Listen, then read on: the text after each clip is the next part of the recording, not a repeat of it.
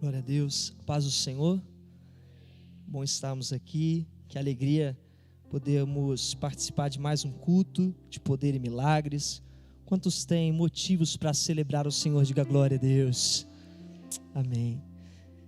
Uma alegria estarmos juntos. Quero convidar você a abrir a palavra de Deus em João, o Evangelho de Jesus, segundo escreveu João, capítulo 12.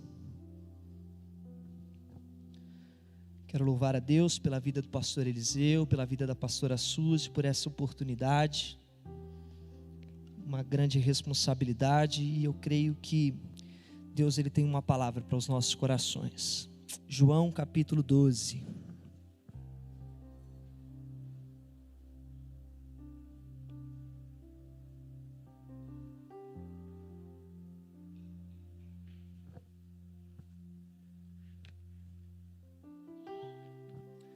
Quero ler com vocês apenas 3 versículos, amém? Versículo 1, 2 e 3.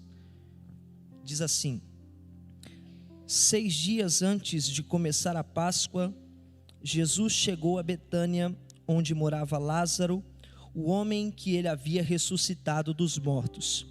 Prepararam um jantar em homenagem a Jesus. Marta servia e Lázaro estava à mesa com ele.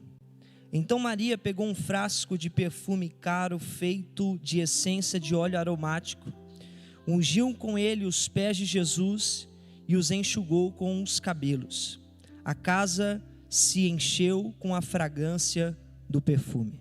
Se você puder fechar os seus olhos, ore comigo neste momento. Pai, nós acabamos de fazer a leitura da Tua Santa Palavra, e eu peço que o Teu Espírito Santo, por bondade e misericórdia, possa falar conosco nessa noite, que o Teu Espírito que já está entre nós, trabalhando no nosso coração, possa de fato aplicar essa mensagem e nos convencer que essa palavra é uma palavra de vida. Fala conosco, oramos no nome de Jesus e juntos nós dizemos amém, amém.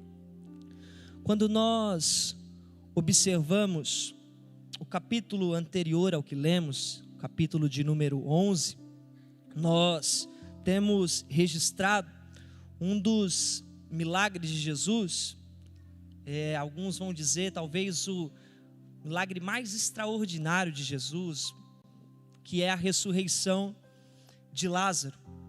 E nós vemos no capítulo 11 o texto bíblico enfatizando para nós, para os leitores da palavra, que Cristo, como nós cantamos, né, Ele de fato tem poder sobre a morte. Ele é poderoso para fazer os mortos ressuscitarem. O texto bíblico diz que diante do sepulcro, no capítulo 11, onde estava Lázaro morto, Jesus ele diz: Lázaro, vem para fora. E o poder da sua palavra se evidencia quando aquele que estava morto sai, ressuscita.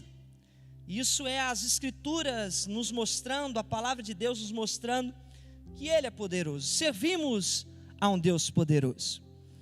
E tal manifestação registrada na palavra de Deus, no capítulo de número 11, trouxe algumas reações nos povos, nas vidas que ali estavam. A Bíblia diz que alguns judeus que contemplaram aquele milagre da ressurreição de Lázaro, eles passaram a crer em Jesus. Em contrapartida, os líderes, os principais líderes judaicos, os chefes dos sacerdotes, os fariseus, vendo aquele alvoroço, vendo que muitos estavam crendo em Jesus, eles então se reúnem a ponto deles convocarem ali uma reunião no Sinédrio, o principal conselho dos líderes judeus, e neste conselho, nessa reunião, eles decidem que a partir de então eles iriam tirar a vida de Jesus. E Jesus, conhecedor de tudo isso, ele se retira então publicamente, ele deixa de estar publicamente com os judeus, de andar publicamente com os judeus. Alguns vão dizer que neste momento se encerra o ministério público de Jesus, e ele vai para um povoado próximo ao deserto chamado Efraim, e ali ele fica por um período. Enquanto isso, a história lá no final do capítulo 11, depois se você quiser ler, deste mesmo livro que lemos, A Bíblia vai dizer que a Páscoa chega, o período de festa chega e os povos neste período vão para Jerusalém. Os judeus vão para Jerusalém para celebrar a Páscoa, para celebrar as cerimônias. E ali há uma conversa entre o povo no meio da multidão, onde um pergunta para o outro: e aí, será que Jesus vem? Será que Jesus vai vir para a festa?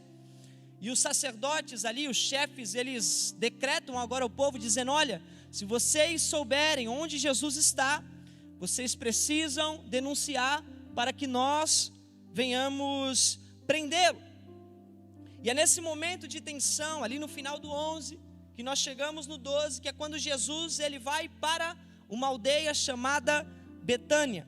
Nesse momento de tensão, ele vai para Betânia, que ficava aproximadamente 3 quilômetros de Jerusalém. E é muito interessante porque enquanto em Jerusalém a morte de Jesus estava sendo tramada pelos principais líderes judeus, quando nós olhamos para a aldeia de Betânia, existe um grupo de pessoas que está preparando um jantar para reverenciar Jesus. Enquanto na cidade de Jerusalém existem alguns líderes, alguns corações incrédulos e ásperos planejando matar Jesus, em Betânia existem alguns corações desejosos em honrar o Senhor através de um jantar. E eu quero nessa oportunidade convidar você a vir comigo na aldeia de Betânia. Diz aí para o teu irmão: vamos para Betânia?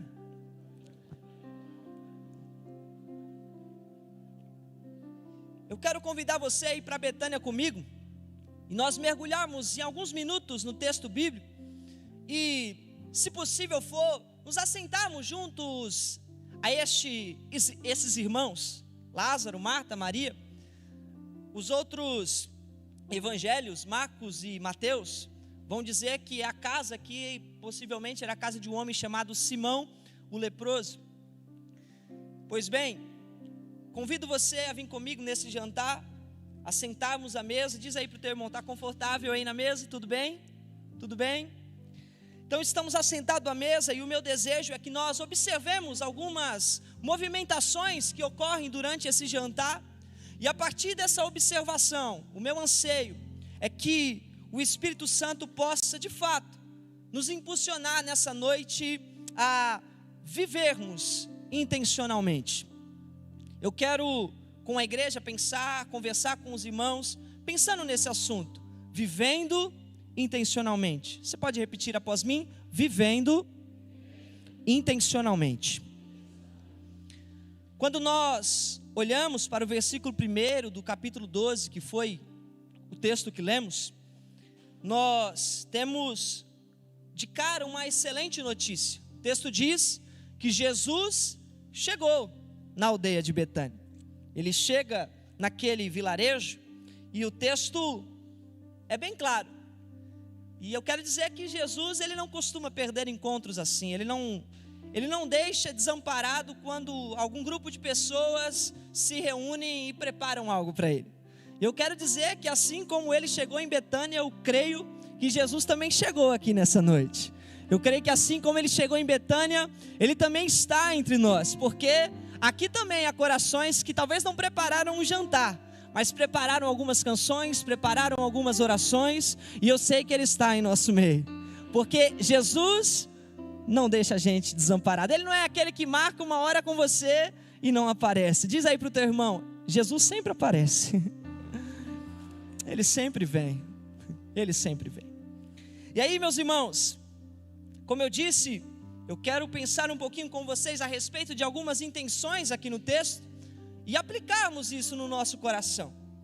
E é muito belo porque quando nós olhamos já de cara no início aqui deste capítulo, do capítulo de número 12, principalmente já o verso 2, que diz que prepararam o jantar, eu justamente queria destacar essa primeira intenção. Eu quero apenas 4 intenções aqui abordar. A primeira é a intenção de agradar ao Senhor. Quantos vieram aqui nessa noite com a intenção de agradar ao Senhor? Amém. E é muito belo porque quando eu olho para a postura dessa família, para a ação dessa família, logo fica muito claro, porque quem prepara um jantar, certamente porque quer agradar a Jesus.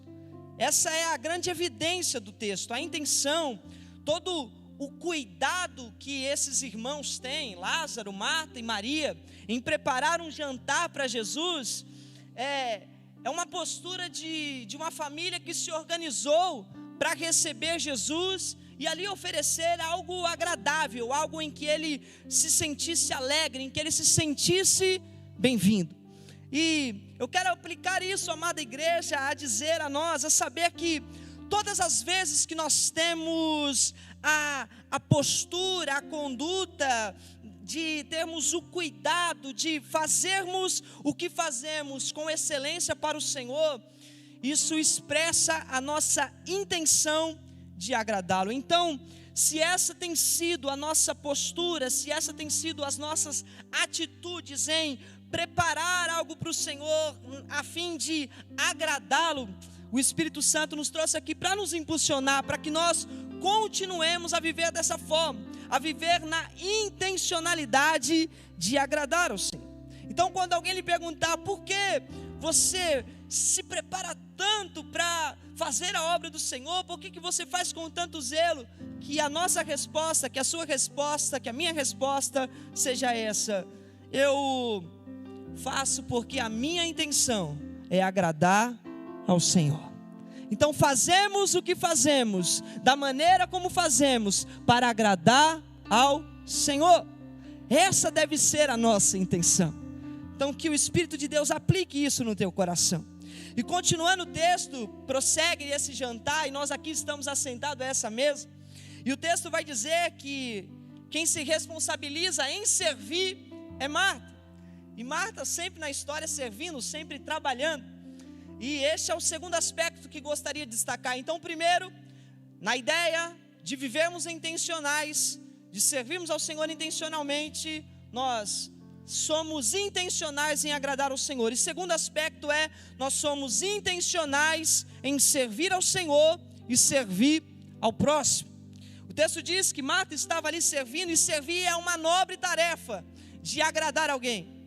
Servir é a postura de ser útil para o outro. Servir é a decisão de agradar alguém, de atender às demandas de alguém. E à luz das Escrituras, servir é a atitude humilde que os crentes em Jesus estão convidados a demonstrar. Quem serve se mostra como imitador de Cristo. Então, nós como servos do Senhor temos a intenção de servir ao Senhor, porque o nosso desejo é se parecer, sermos mais semelhantes a Cristo. Onde estão os servos e servas do Senhor aqui nessa noite?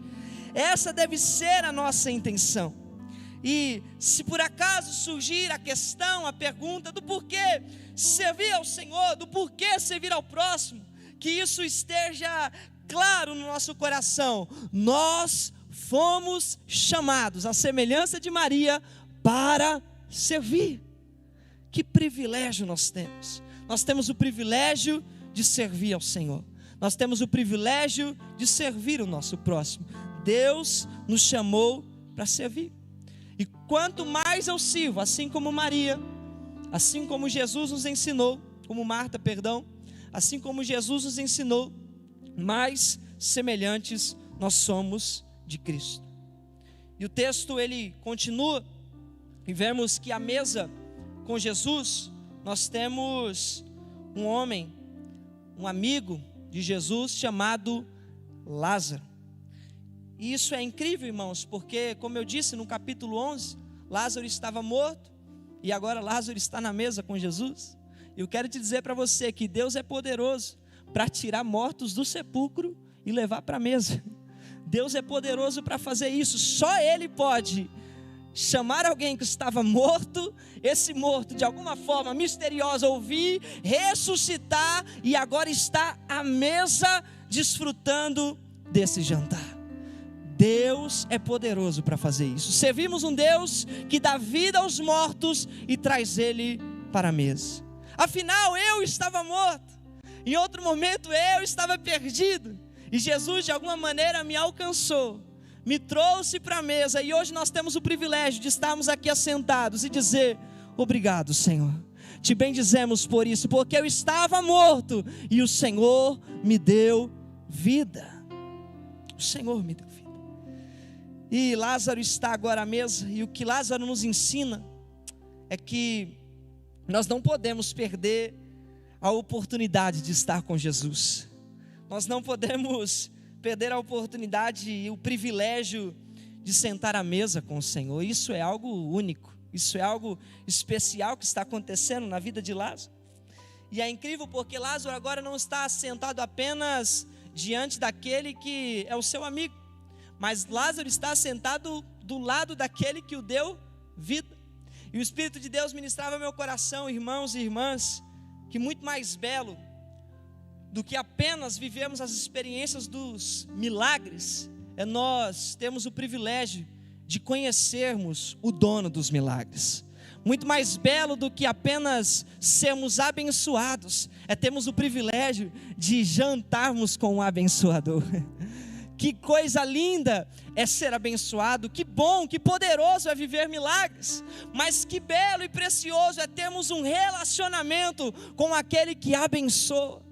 Deus tem milagres para você e eu creio assim, Deus tem milagre para nós e eu creio assim, e Ele é poderoso para fazer como dizemos aqui, cantamos e cremos como igreja.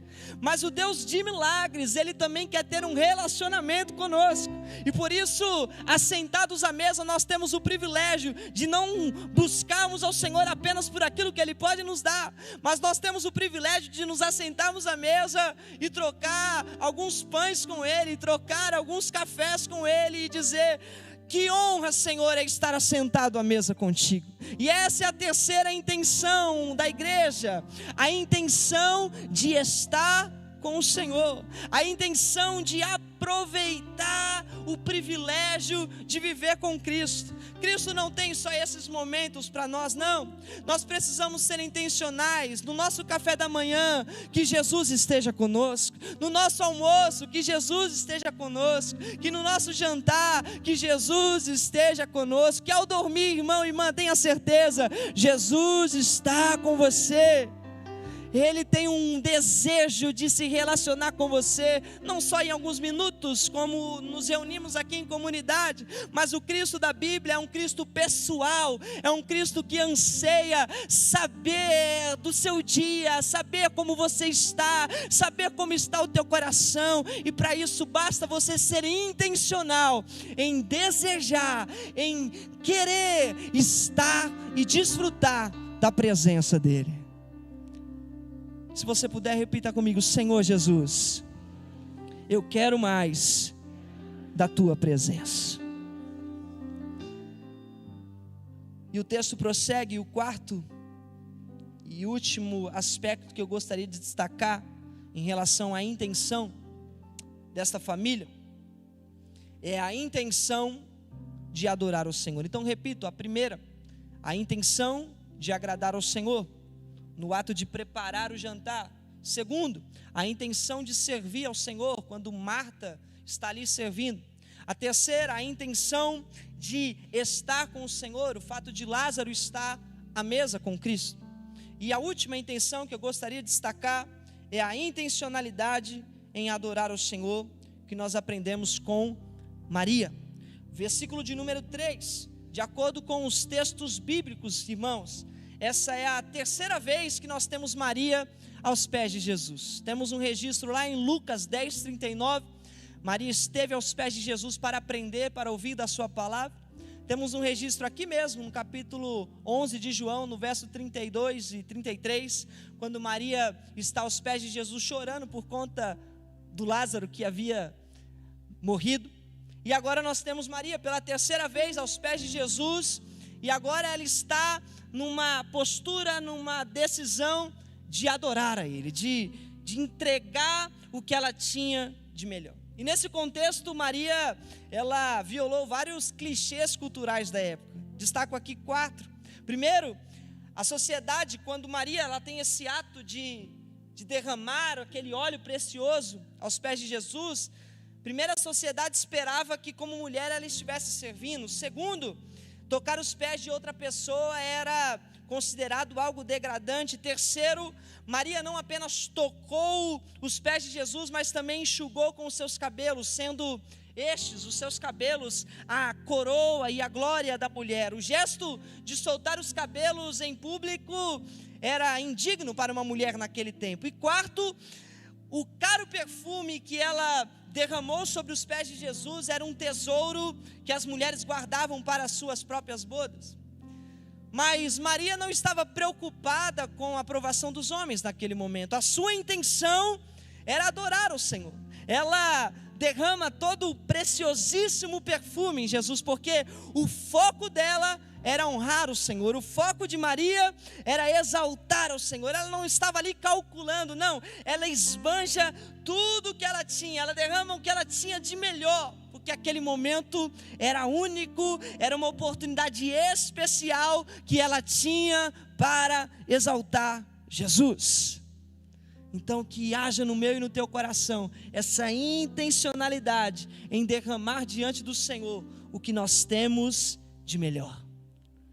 Os versos seguintes vai dizer, nós não lemos, mas vai dizer que Judas, ele meio que se incomoda com aquela postura, e alguns vão dizer que Judas reconhece a adoração de Maria como desperdício. Só que Jesus, ele reconhece a adoração de Maria como algo precioso. E o que importa, meu irmão, é o padrão que o homem determina. O que importa é o que o homem vai dizer sobre a minha adoração e a sua. Não nos interessa. O que nos interessa é o que o Senhor diz a respeito daquilo que entregamos a Ele. E Maria nos ensina isso. Eu não estou preocupada com a aprovação de Judas. A minha preocupação é que o Senhor seja exaltado. Ela extravasa a sua adoração, ela entrega tudo que ela tem, o que ela tinha de precioso, ela entrega ao Senhor. E o Senhor olha para aquela postura de Maria e reconhece como algo agradável. Eu quero te dizer que assim deve ser a minha e a tua adoração, que possamos ter essa intencionalidade. Eu achei muito interessante porque o Wisber diz que Judas, ele criticou Maria por desperdiçar dinheiro, e ele vai dizer que Judas desperdiçou a própria vida. Mas enfim, o que importa na nossa adoração não é a aprovação dos homens. O que importa na nossa adoração é que o Senhor nos aprove. Quantos aqui desejam ser aprovados pelo Senhor? É por Ele que nós queremos ser aprovados. O que Judas diz ou não diz não nos importa. O que importa é que o Senhor nos aprove. John MacArthur vai dizer que a adoração acontece quando eu entendo as profundezas das quais fui resgatado. Se lembre da onde Jesus te tirou, da onde Jesus nos resgatou. Ele estendeu a sua mão e nos tirou. Que o convite do Espírito Santo possa ser aplicado no nosso coração nessa noite. Ele nos chama para sermos intencionais, assim como essa família vivemos intencionalmente. Intencionais em agradar ao Senhor, intencionais em servir ao Senhor, intencionais em estar com o Senhor, intencionais em adorar ao Senhor. E sabe qual é o efeito disso? Qual é o resultado disso, de viver intencionalmente? É o que diz na parte B do verso 3: e a casa encheu-se com a fragrância do perfume. Repito, e a casa encheu-se com a fragrância do perfume. Sabe o que é isso, irmãos? Casa cheia da fragrância do perfume é evidência de que ali o Senhor está sendo adorado. É evidência de que ali o Senhor está sendo glorificado. Que a sua casa seja cheia, que exale o bom perfume. Que as suas atitudes possam exalar o bom perfume de Cristo. Que o seu falar possa exalar o bom perfume de Cristo. Que o seu andar possa exalar o bom perfume de Cristo. E que as pessoas possam testificar: ali vai um homem e uma mulher que é servo do Senhor.